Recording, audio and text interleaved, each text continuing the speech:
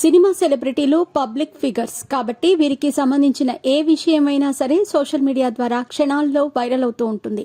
ఈ క్రమంలోనే సినీ ఇండస్ట్రీలో ఆడవాళ్లు ఎదుర్కొనే ఇబ్బందులు కూడా అంతే వేగంగా వ్యాప్తి చెందుతూ ఉంటాయి.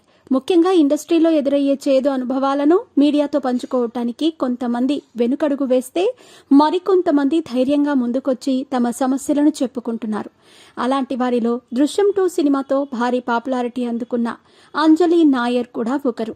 తాజాగా ఒక ఇంటర్వ్యూలో పాల్గొన్న ఈమె తన జీవితంలో ఎదురైన చేదు అనుభవాన్ని బయటపెట్టి ఎమోషనల్ అయ్యింది.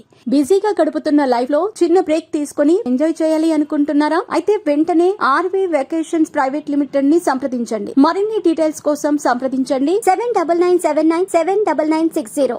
అంజలి నాయర్ మాట్లాడుతూ, నేను తమిళ్లో ఉన్నయే కాదలిప్పన్ సినిమా చేస్తున్న సమయంలో ఆ సినిమా నిర్మాత నాకు తన ప్రేమ విషయాన్ని తెలిపాడు.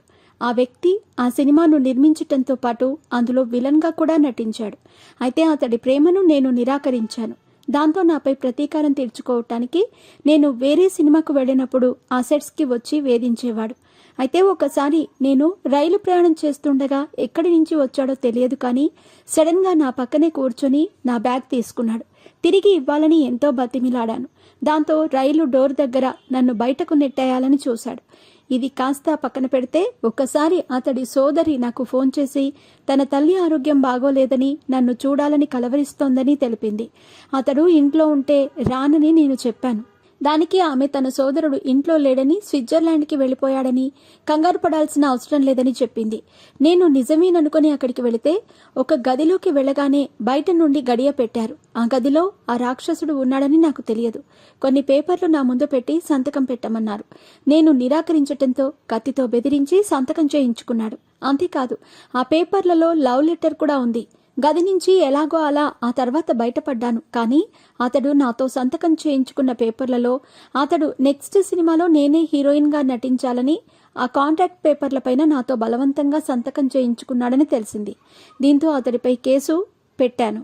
ఆ తర్వాత సాక్ష్యాధారాలు అన్ని కోర్టుకు సమర్పించటంతో కోర్టు నాకు అనుకూలంగా తీర్పు ఇచ్చింది.